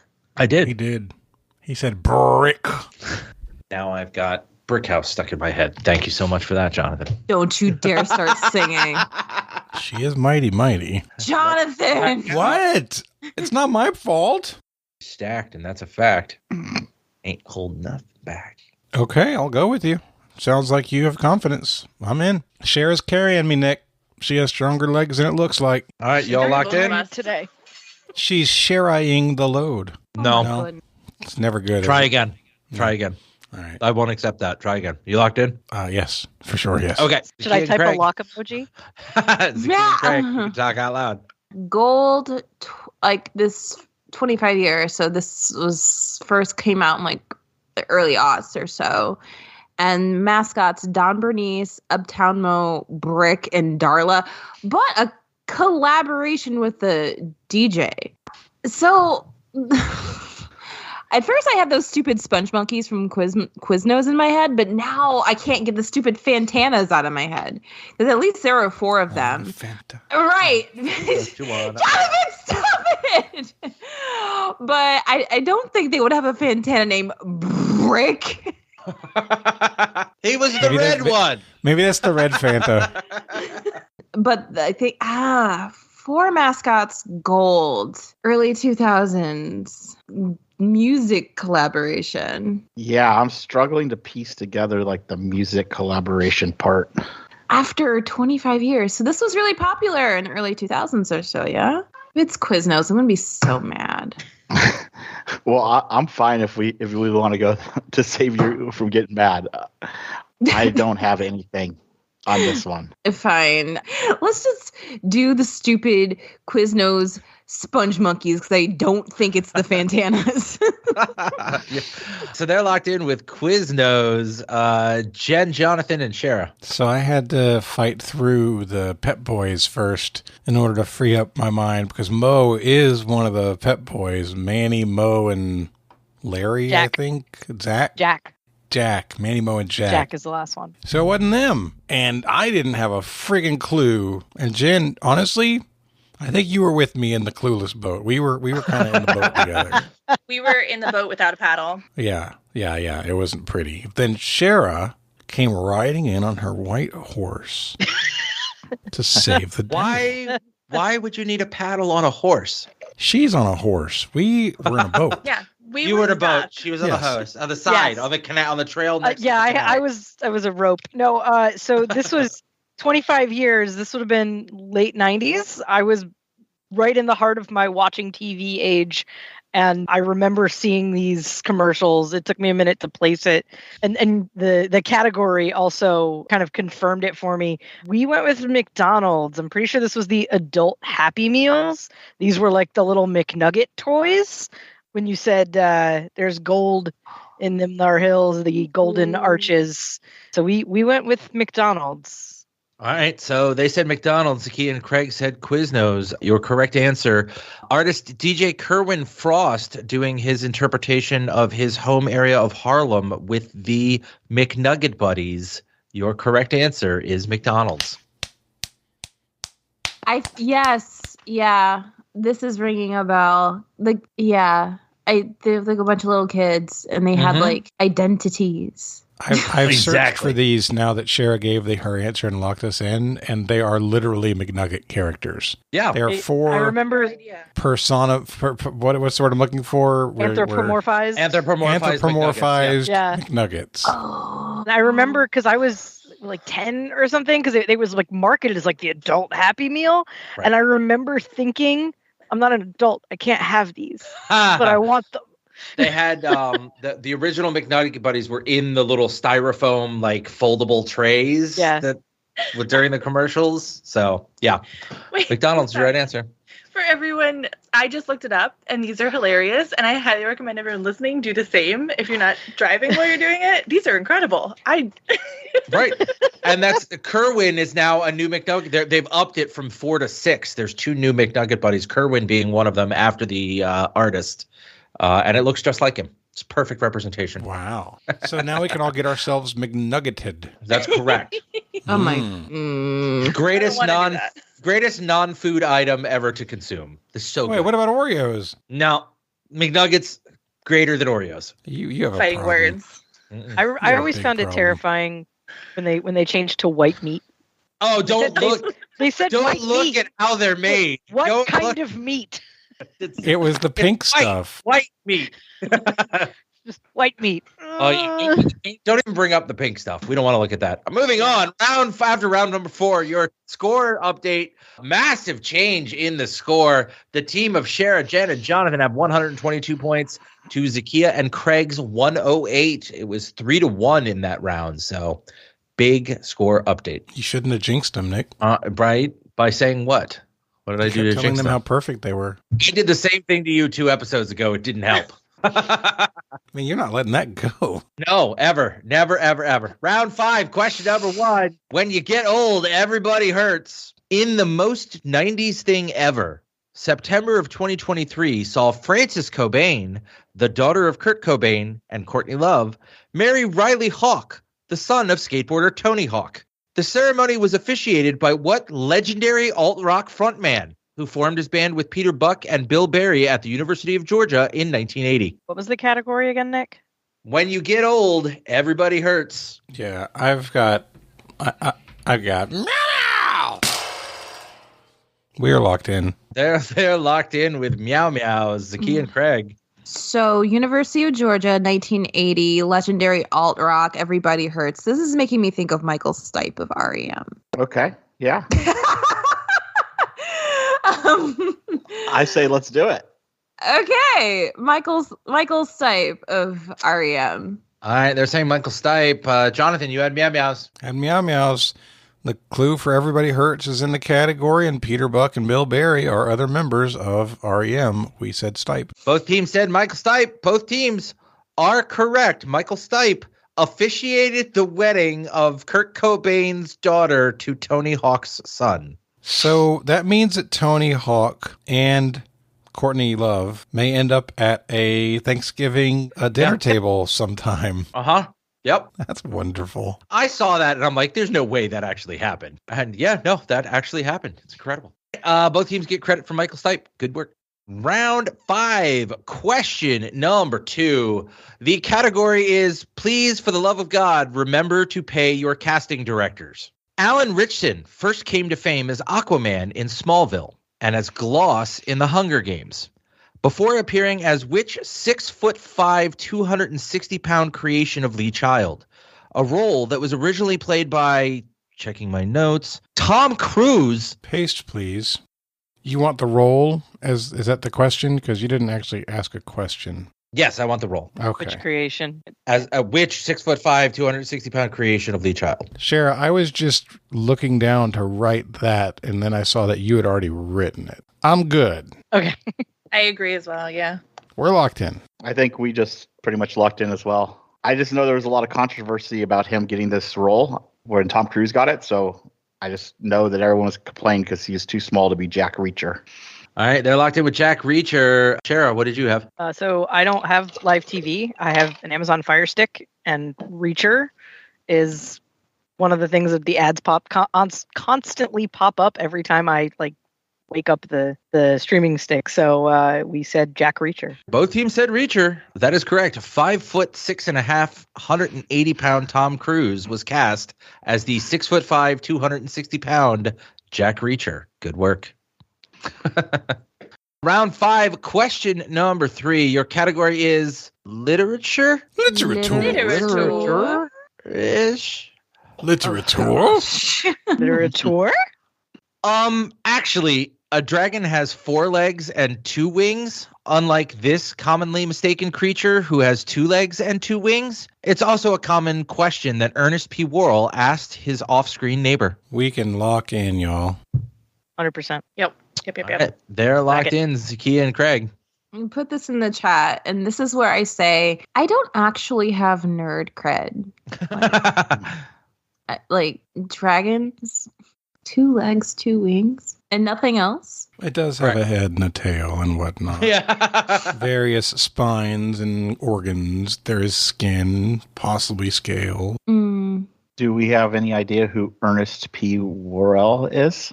And his off-screen neighbor. This is probably something that will come to me after, but right now it's a no ski. A question, though.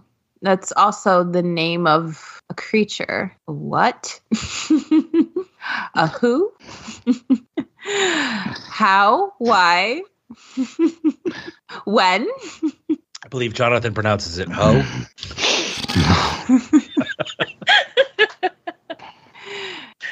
Got to keep those questions in line. Only 3.5 minutes left. So, okay. What is a Wendigo? It's a question. I know it's like a thingy, and I feel like it's a werewolfy thingy, but it's when is in its name. Like, when did he go? But I think that's stupid. But I don't know. If you think it's something and it's a question, I think it's pretty good. I know Wendigo is a thing. I don't think it is a dragon. Like I know it from Charmed. I really should have watched more Supernatural. Yeah, but I mean, if it has a question in it, I don't know where else we're gonna get it. It's so stupid, though. Like I said, no nerd cred. I am not really a nerd. I'm just a gal who answers questions part-times on top. So we can say Wendigo. Wendigo. Wendigo. All right, they're locked in with Wendigo.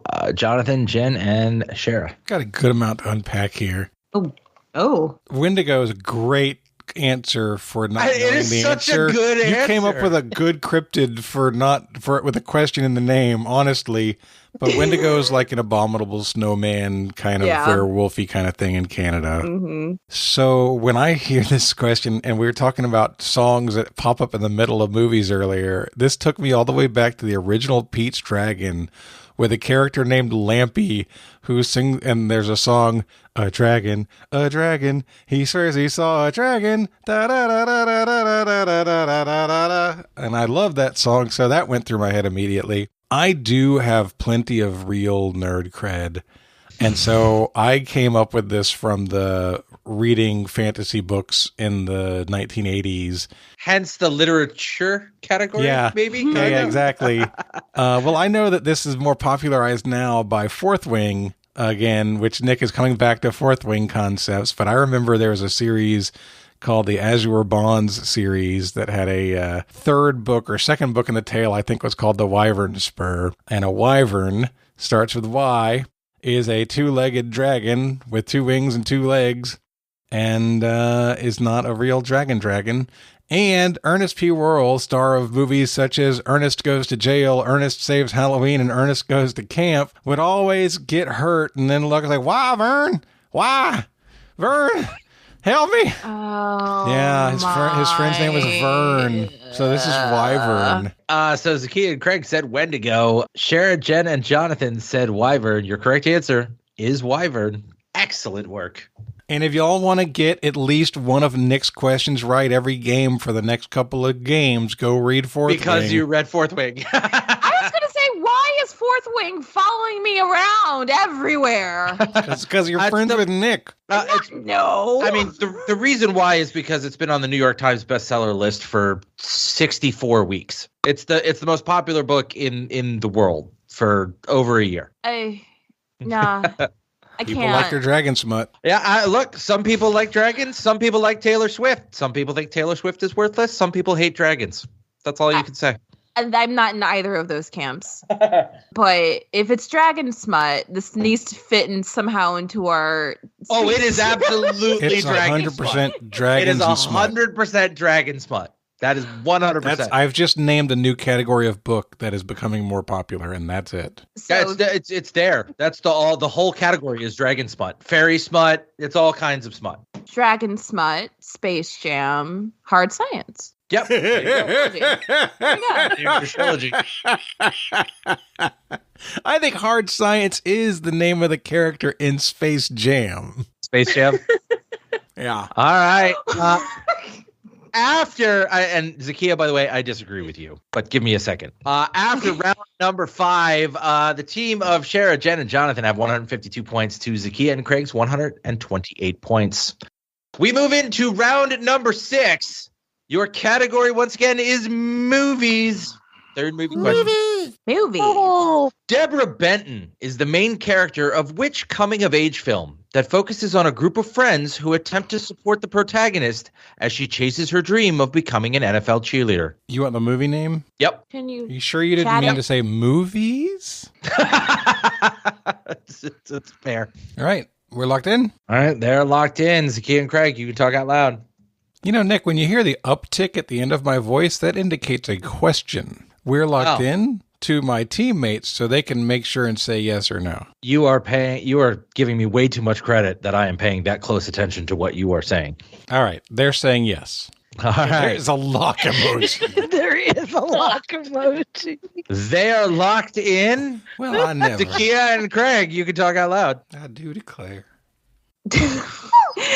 All right. So I can tell you this is not the first Bring It On. This is not the second Bring It On or the third.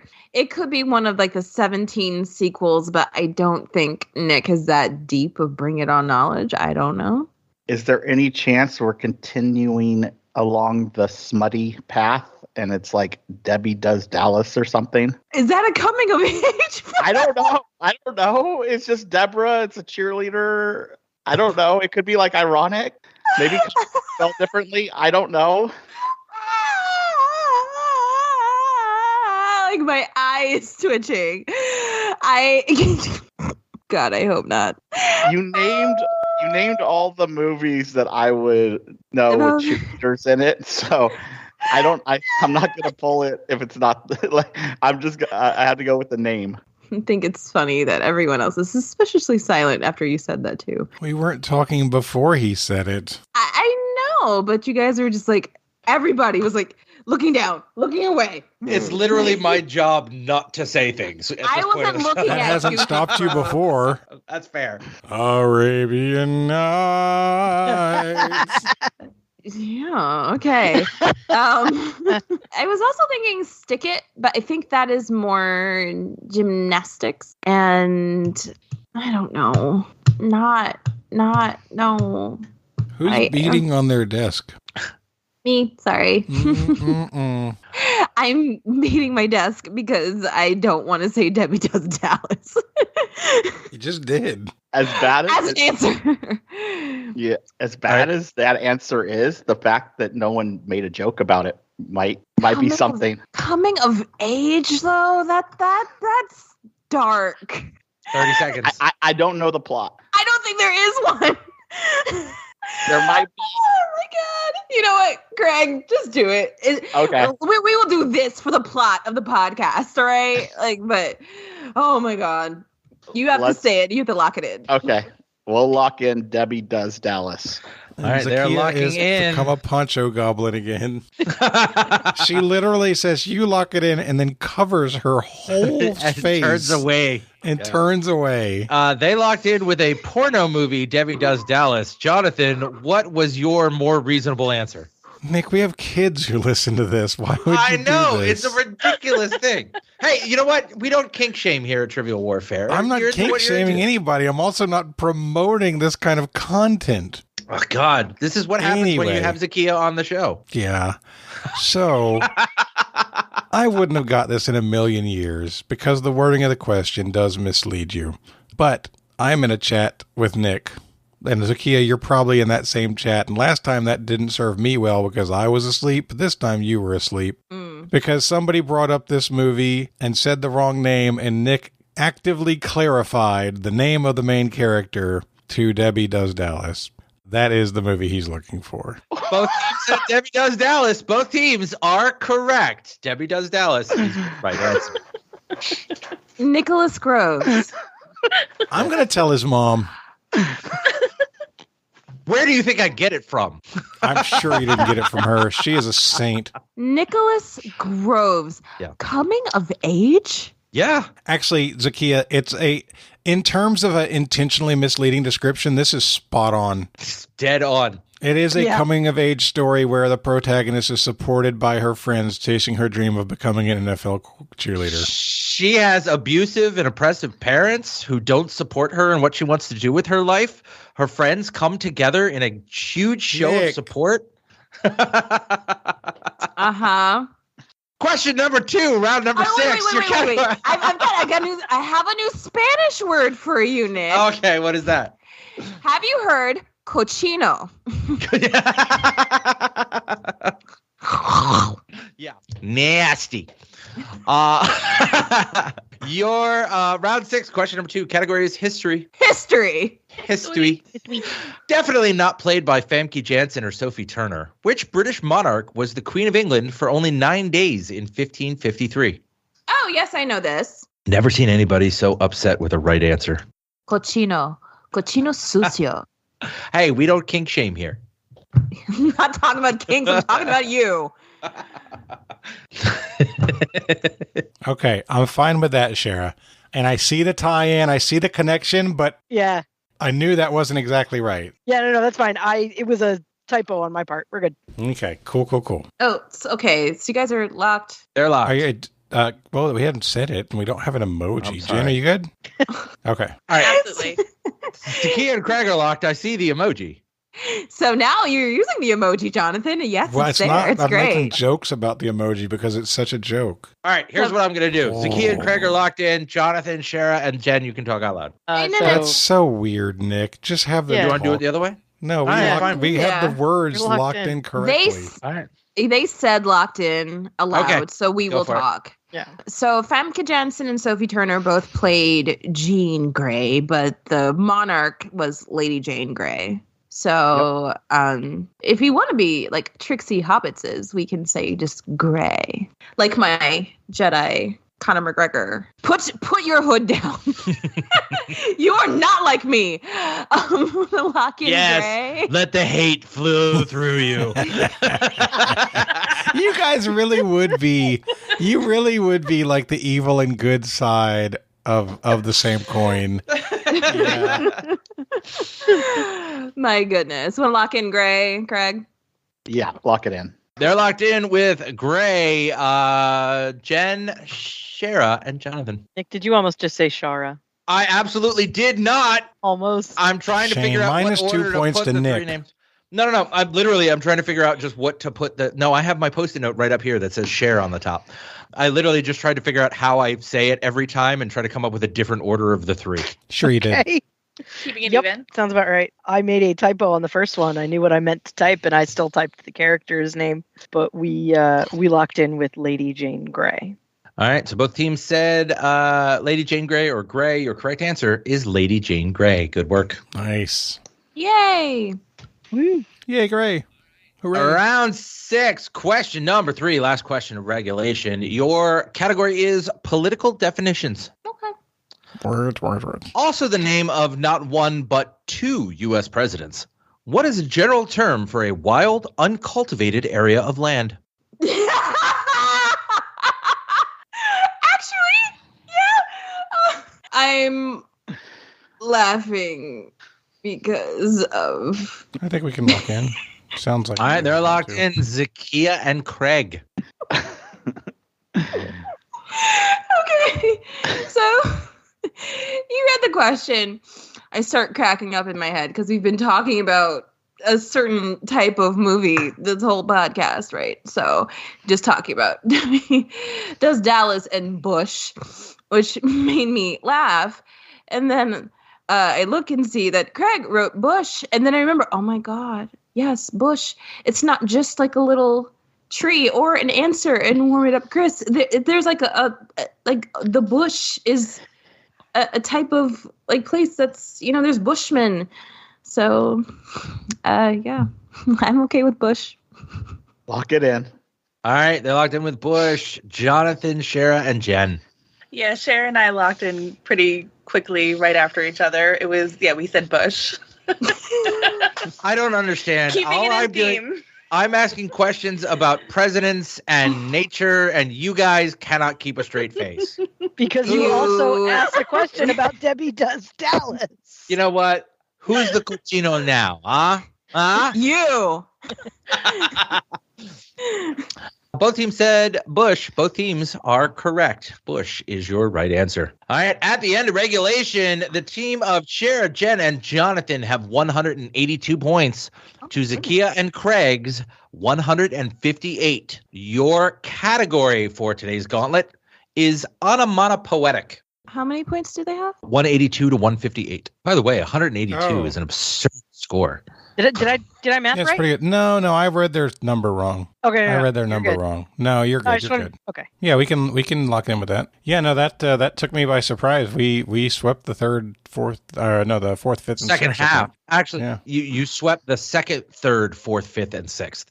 The only question you got wrong in regulation was round 1, question 1. Wow. And 2 of the 5 midpoints. We're pretty good. Did extremely well. Yeah, by the way. First question of the game. Shara, we were close to getting all of the questions right. And Shara had Nokia immediately. And Jonathan, here's the thing. "Nope, definitely can't be that. We would not have perfected the gauntlet or the midpoint, though. I would. You never would have gotten the those two midpoint. names. Craig, is our wager locked in? Yes, let's lock it in. Both teams are locked in. Your category, once again, for the gauntlet is onomatopoetic. Which 1983 movie starred Tom Hanks and Daryl Hannah in an opposites attract style love story? Our answer. Oh, do you want the lock emoji? Yeah. Okay. Our answer's locked in. Our answer is locked in. All right, both teams locked in. Question number 2. What is the name of the Hershey's chocolate bar that contains crisped rice? We're locked in. Nick, can you say it one more time? What is the name of the Hershey's chocolate bar that contains crisped rice? Our answer is locked in. Question number 3, category once again is onomatopoetic. Which 1996 Dave Matthews album contained the hit songs Tripping Billies and So Much to Say? We're locked in. I'm not a Dave Matthews fan either. So that's going to make this tough. Yeah. Isn't Dave Matthews Band the one that got in trouble for like dumping their poop over a bridge? I will look that up. Yeah. Do you want them to dump somebody else's poop over the bridge? I'm glad it's theirs. You want to go poop? Maybe you should go splash. Yeah. A tour bus belonging to the Dave Matthews Band dumped an estimated 800 pounds of human waste from the Blackwater tank into the McKinsey Street Bridge in Chicago. Damn. Onto a passenger sightseeing boat sailing the river below. Oh. No. Of course. As a part of the 2005 legal settlement, the band agreed to pay $200,000 to the EPA and other projects. Equivalent. The band also donated $100,000 to the two groups to protect the river and the surrounding area. The band's bus driver pleaded guilty to dumping the waste in April of 2005. How much did they pay to the passenger vehicle going underneath? It does not say what the passengers of the boat got in the settlement. The name of the boat, by the way, was the Little Lady. So they dropped their poop on the little lady. Yeah, yeah, they renamed that thing the Cleveland Steamer later. This is, Jonathan, the title of this episode is Cochino. That's the title that is done. I liked Dragon Smut. No, Cochino. It's Cochino. Fine. Cochino, the dragon smut. Okay. I outside of plop, I really don't.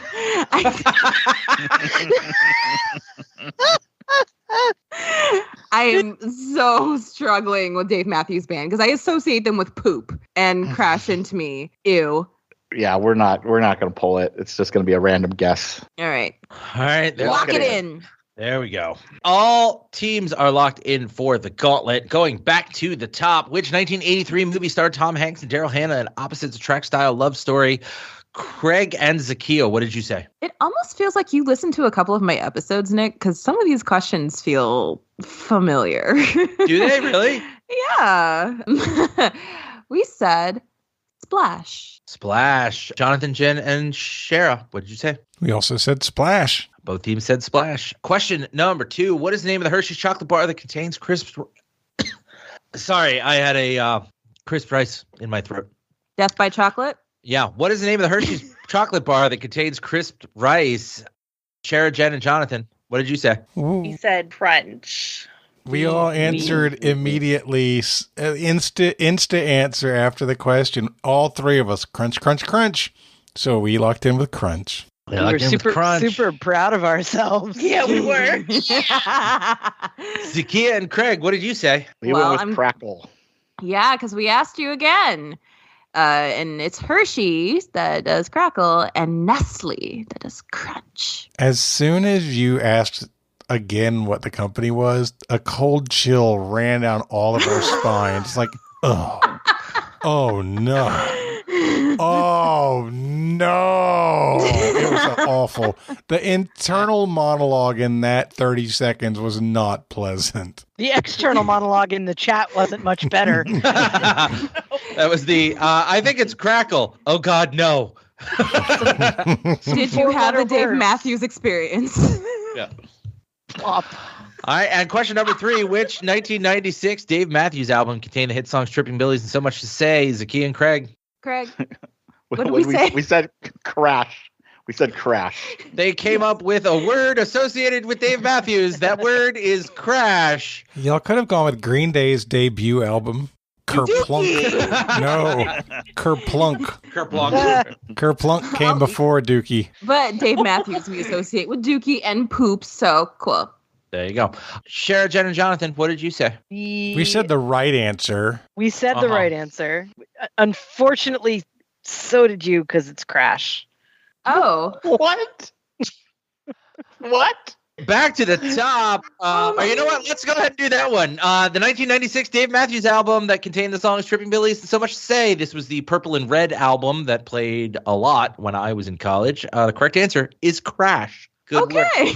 Both teams got it right. And 1983, a Tom Hanks, Daryl Hannah movie and the opposites attract style love story. That is Splash, of course, the mermaid movie. And your third question, what is the name of the Hershey's chocolate bar that contains crisp rice? Shara, Jen, and Jonathan answered Nestle's Crunch. Zahkia and Greg answered Crackle.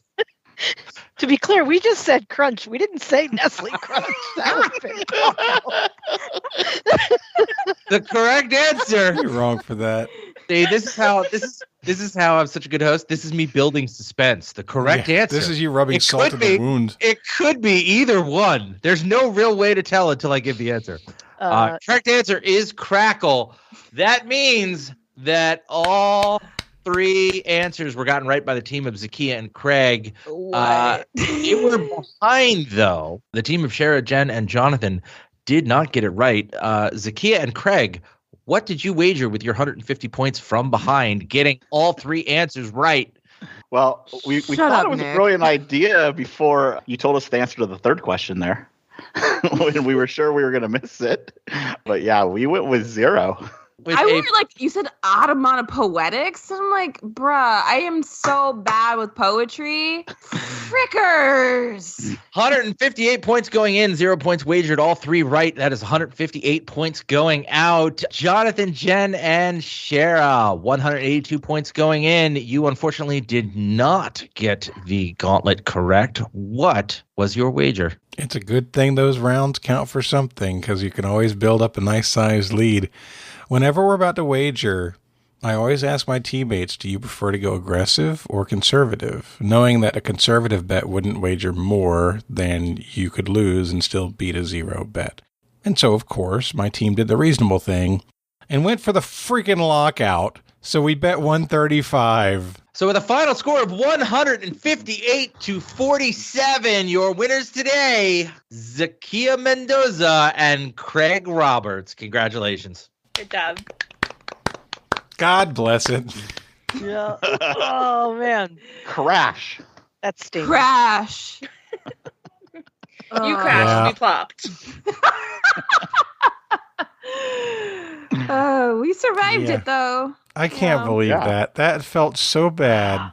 In the moment when you asked for the clarification, that felt so bad. Oh, You all typed in crunch, and I'm like, ooh, what's going on? And then the next two came in. It was crunch, and I'm like, are they just gonna lock in without even thinking about it? Like, no, they're gonna take a second to think about what they're saying, and they're like, nope, lock in, good, we're good, move on to the next thing. And I'm like, oh, this is so exciting. oh God. That's what it was. We just got all caught up in the glitz and the glamour. Oh, wow. Yeah, so final scores, Nick. What was it? Final score is 158 for the team of Zahkia and Craig, to the score of 47 for Shara, Jen, and Jonathan. Zahkia and Craig are your winners for the day. Good job, Yeah, Zahkia and limpios. Craig. We're clean. That was well done. All right. Well, before we go, we like to give everybody a chance to do shout-outs and promote causes that they care about. Craig, you are on the winning team, so we're starting with you. Here in Fresno, I volunteer for a club that we raise money for local hospitals, primarily, in this case, it's St. Agnes for here. But in general, the hometown I'm from just lost their hospital. So after COVID, a lot of the funding is short. So I think it's great if everyone if they have the ability, get out and try to raise money for your local hospitals because they really need it. Yeah. Absolutely. Over to Shara.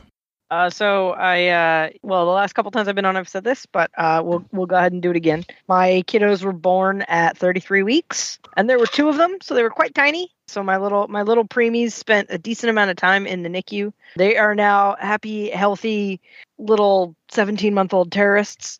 They are keeping us busy every day. If you have little ones and they grow out of their diapers or their clothes or anything of that nature, don't get rid of them. Don't throw them away. And if you don't have somebody else that needs them, donate them to your local hospital, local NICU. We had a lot of support coming from the local hospital and the local charities in the NICU for the 2 months, the 50 and 62 days that my little ones spent over there. So just find a local charity or a shelter or a hospital that can benefit from those items, because for a new parent, those things add up very quickly, and it's one less thing to be stressed about for your little ones. Absolutely. Thank you, Shara. And last but not least, Jen Kaufmann. Mine's really simple. Just take a little extra time and spend it with your loved ones. We lost my father a couple months ago, and time is just so much shorter than you think it is. So take that moment, enjoy each other's company, because you won't always have it. 100% agree. All right. Thank you very much. So that's going to wrap us up for Craig and Shara and Jen and Zahkia and Nick. Cochino. My name is Jonathan, and this has been episode number 460 of Trivial Warfare, where it's not just trivia, it's war. Bye, everybody. Bye. Bye. Thanks for listening to Trivial Warfare. Be sure to check out the revamped TrivialWarfare.com as your one-stop shop to submit questions, join the community, and get access to over 150 archived episodes. Warm It Up was written and performed by Matthew Stevens. This episode was edited and produced by me, Joel Sharpton. For help with your podcast, visit ProPodcastingServices.com.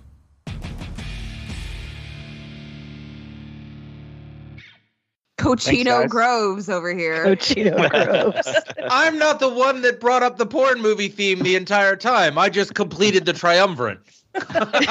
You wrote it. You wrote the game. You did write the game. Space Jam was not me. Hard Medicine was not me. Hard Science. Hard very Science. much. Hard Medicine was a sequel. It didn't do as well. That's essentially just Viagra. It reminds me, so I don't think I told you about this. Bob and his family, my brother Bob and his family, basically did a fostering release program over Christmas with a dog from the Humane Society. And what that is you essentially are fostering the dog for a certain number of days. Sometimes it's a week, sometimes it's 3 days or whatever. But since the Humane Society doesn't want their workers coming in on Christmas any more than other managers, they like to try and foster out as many dogs as they can. So there's less dogs that are sitting quiet on Christmas Day with nobody there. And so they did this.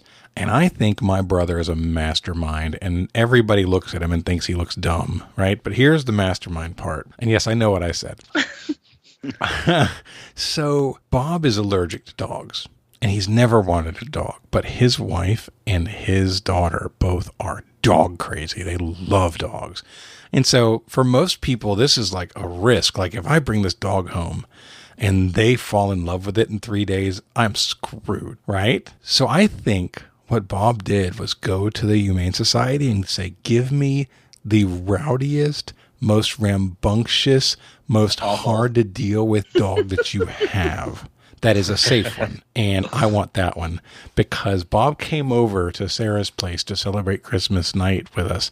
And that he literally couldn't participate in the games because he had to be outside with the dog because it just was not able to sit still for the 20 minutes necessary. I think he did it on purpose, and I have no hate for it. I think it's a clever move for somebody. They're like, no, we're good. We don't need a dog. We're good. So that's my evil kudos to my brother, who probably didn't do this, but he did.